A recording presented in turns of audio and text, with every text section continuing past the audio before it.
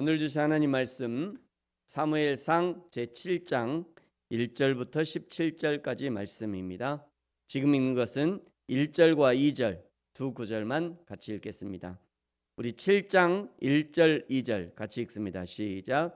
기럇 여아림 사람들이 와서 여호와의 궤를 옮겨 산에 사는 아미나답의 집에 들여놓고 그의 아들 엘리야사를 거룩하게 구별하여 여호와의 궤를 지키게 하였더니 궤가 기럇 여아림에 들어간 날부터 20년 동안 오래 있은지라 이스라엘 온 족속이 여호와를 사모하니라.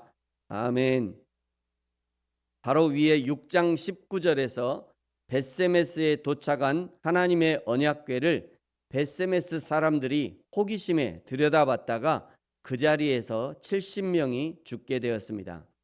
이방인들이 하나님을 망령되이 대하는 것도 하나님이 싫어하시지만 하나님을 안다는 이스라엘 백성들이 하나님의 명령을 어기고 하나님을 호기심거리로 생각하는 것에 대해서도 하나님은 용서하지 않으십니다. 6장 19절에 하나님이 치셨다라는 단어가 히브리어로 바야크라는 단어인데요. 이 단어는 갑작스럽고 즉각적인 타격, 치심을 의미합니다. 그러니까 그날 하나님의 언약궤를 들여다본 호기심으로 하나님의 언약궤를 들여다본 70명의 사람들을 그 자리에서 거의 즉사하는 수준의 하나님의 심판을 받은 것입니다. 이런 성경의 기사를 볼 때마다 나도 하나님 앞에서 즉사할 일이 얼마나 많은가 생각합니다. 나도 죄된 생각을 날마다 하고요. 하나님의 영광을 드러내지 못하는 일이 얼마나 많은데 그때마다 하나님이 즉각적으로 심판하셨다면 목숨이 한 1000개는 있어도 부족할 판입니다. 그럼에도 불구하고 오늘 지금 내가 살아있는 이유는 무엇일까? 오늘도 하나님이 기회를 주시는 것이죠. 회개할 기회를 주시는 겁니다. 회복할 기회를 주시는 거죠. 죄의 그림자를 걷어낼 기회를 주시는 거예요. 너의 생각과 삶을 정결케 할 기회를 주시는 것입니다. 사랑하는 성도 여러분, 하나님이 기회를 주실 때 오늘이라고 하는 이 기회를 놓치지 말고 즉각적으로 하나님 앞에 회개하고 죄를 멀리하고 하나님의 거룩을 회복하는 저와 여러분이 되어지기를 예수님의 이름으로 축복합니다. 6장 21절에서 벳세메스에서 출발한 하나님의 법궤가 7장 1절에 기럇 여아림 산에 사는 아비나답의 집에 도착하게 됩니다. 다시 한번 언약궤 이동 경로를 한번 보여드리겠습니다. 처음에 실로에 있었고요. 실로에서 에벤에셀, 아벡 옆에 여기가 먼저 에벤에셀이고요. 여기 전투에서 져서 이제 아벡까지 이제 빼앗겨 가는 거죠. 여기는 이제 블레셋의 지역이었고요. 아벡에서 저 아래쪽에 쭉 구불구불 길을 가서 아스돗에 도착합니다. 아스돗에서 그들의 신상 앞에 놓게 되죠. 그 다음에 여기에서 가드로 가게 되고요. 가드에서 또 자기들이 무서워서 에그론으로 옮기게 됩니다.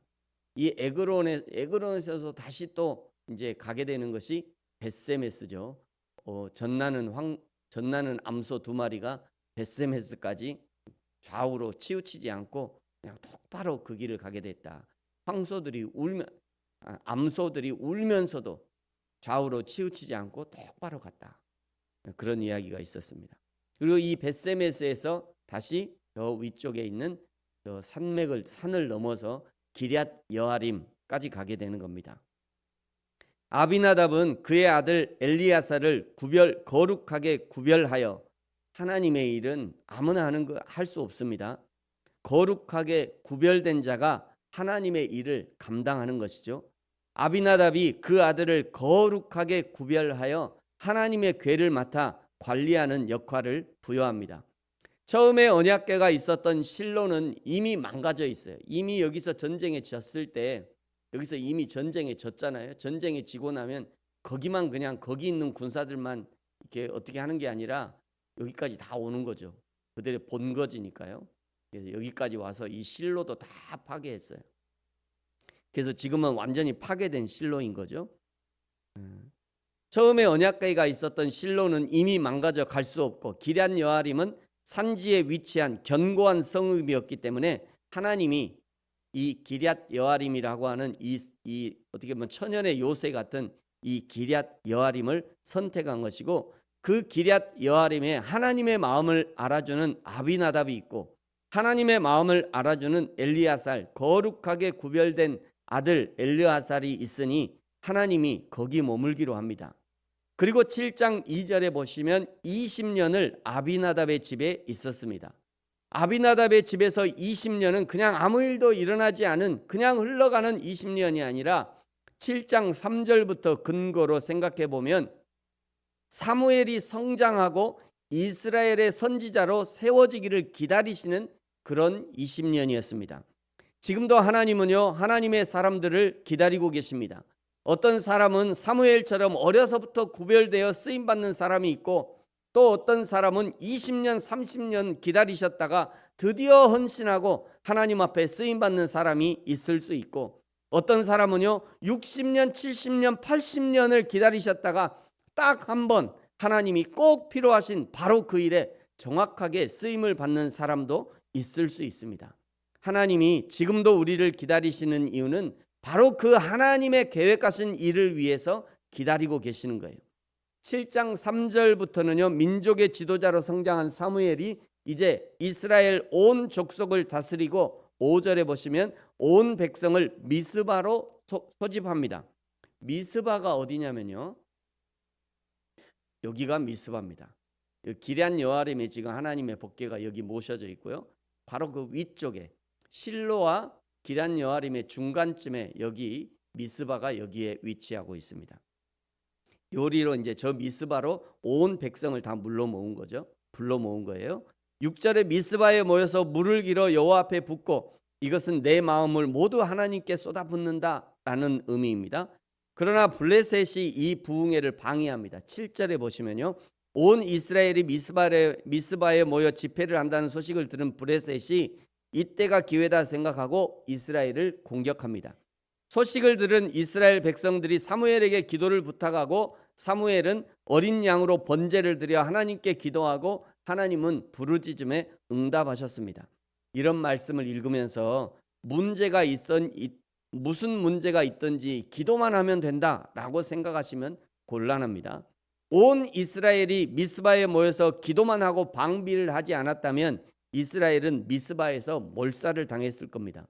그러나 여호와께 기도하고 하나님은 큰 의뢰로 이스라엘을 도우셨고, 그리고 이스라엘은 11절에 보시면 나가서 블레셋과 싸웠습니다. 우리는 하나님의 은혜와 도움을 요청하면서 나는 아무것도 안 하고 기적 같은 하나님의 은혜만을 구하는 경우가 있습니다. 그러나 그것은 잘못된 것입니다. 사무엘이 돌을 세워 기념비를 세웠죠. 12절에 보시면 사무엘이 돌을 취하여 미스바와 센 사이에 세워 이르되 여호와께서 여기까지 우리를 도우셨다 하고 그 이름을 에베네셀이라 하니라. 그리고 13절에 사무엘이 사는 날 동안에 블레셋이 여호와의 손이 블레셋 사람을 막으셨다라고 말씀하죠. 위에서 말씀드렸듯이 이스라엘은 아무것도 안 했는데 여호와의 손이 나타나 대신 싸워주셨다는 그런 표현이 아닙니다. 블레셋과의 전쟁 이후에도 14절에 있는 것처럼 에그론을 정복하고요, 가드까지 정복하고 이후에도 계속 정복 전쟁이 계속해서 이어집니다. 요 그림을 보시면요, 여기가 에그론이고 여기가 가드잖아요. 그러니까 지금 미스바에서 집회를 한 다음에 계속 전쟁을 이렇게 쭉 이어갔다는 거예요. 뭐 정확하게 경로는 이쪽으로 갔는지 알 수 없지만 이스라엘이 이전에는 실로 미스바가 이제 이스라엘 그 땅이었으니까요. 아마 여기도 회복하고 여기도 회복하고 여기까지 지금 원래 블레셋의 땅이었는데 여기까지 지금 차지했다는 얘기죠. 그만큼 영향력이 확대되었다, 이런 의미입니다. 이 모든 전쟁을 하나님이 함께 하셨고 하나님이 이기게 하셨고 하나님의 지혜로 성공적인 작전이 되었다는 그런 표현인 거죠. 우리의 인생에도 하나님의 손에 도우심이 필요합니다. 매 순간을 하나님이 지켜주시고 인도해 주셔야 한 발짝 한 발짝 뗄 수 있는 거죠. 그것을 인정하고 감사하는 것이 신앙이에요. 그것을 인정하고 감사하는 신앙이에요.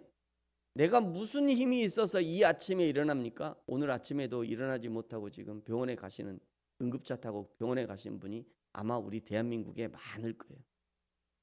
근데 이 아침에 하나님 앞에 일어나서 그 알람 소리를 듣고 일어나서 눈을 뜨고 하나님 앞에 예배하러 나온, 이게 대단한 일이죠, 사실은.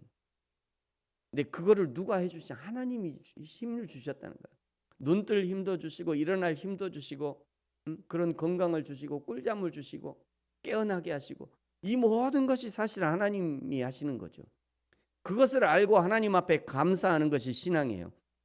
그거를 인정한다면 나도 최선을 다해야죠. 하나님이 일어나게 하셨으니 또 힘을 내서 또 예배하고 힘을 내서 하나님 앞에 기도하고, 그건 또 우리가 해야 될 일인 거예요. 마지막 15절부터 17절까지는요, 사무엘이 사사로서 어떻게 사역을 했는지를 보여줍니다. 15절에 보시면 사무엘이 사는 날 동안에 이스라엘을 다스렸으되, 16절 해마다 베델과 길갈과 미스바로 순회하여 그 모든 곳에서 이스라엘을 다스렸고, 17절 라마로 돌아왔으니 이는 거기에 자기 집이 있음이니라. 거기서도 이스라엘을 다스렸으며 또 거기에 여호와를 위하여 제단을 쌓았대요. 라마가 어디냐면요, 한번 보여드릴게요. 아까 이 미스바에서 성회를 했잖아요. 라마가 어디냐면 미스바에서 바로 아래쪽에 라마가 있습니다. 여기 미스바, 여기서 성회를 한 것이고, 라마가 사무엘의 고향인데 이 라마까지, 라마로 다시 왔다, 라마에 왔다, 이런 의미입니다. 이미 실로는 파괴되었고요, 하나님의 법궤는 아직 기럇 여아림 아비나답의 집에 있기 때문에 실로는 파괴되었고, 여기 실로는 파괴되었고, 지금 하나님의 법궤가 기럇 여아림 여기 있었기 때문에 여기서 집회하고, 전쟁도 이제 여기가 이제 중앙 전쟁 지휘소 이런 게 되었겠죠. 그래서 전쟁에서 헤그론 가드도 다 이렇게 정복하고, 그리고 이제 라마로 온 겁니다. 왠지 사무엘이 이 하나님의 법궤가 있는 기럇 여아림에 좀 더 가까이 가고 싶은 그런 마음인가라는 생각도 들면서, 하여튼 여기가 고향이었으니까 라마까지 돌아온 것입니다. 이 라마에 돌아와서 가장 먼저 한 것이 여호와를 위하여 제단을 쌓은 것입니다. 이것은 제사장으로서 당연한 일이지만 사무엘이 이스라엘의 제사의 회복, 예배의 회복을 위해서 그가 해야 할 역할을 했다는 것이 중요합니다. 저와 여러분에게도 저와 여러분이 해야 할 역할들이 있습니다. 가정에서, 직장에서, 교회에서 여호와 하나님의 영광을 드러내고 복음을 전하고 하나님의 교회를 세워가기 위해서 우리가 해야 할 역할들이 있다는 거예요. 어떤 사람은 사람이 보기에는 더 중요하고 덜 중요하고 또는 더 큰 일, 작은 일이 있을 수 있겠습니다만, 그러나 여호와 하나님 앞에서는 모든 것이 중요하고 모든 것이 큰 일입니다.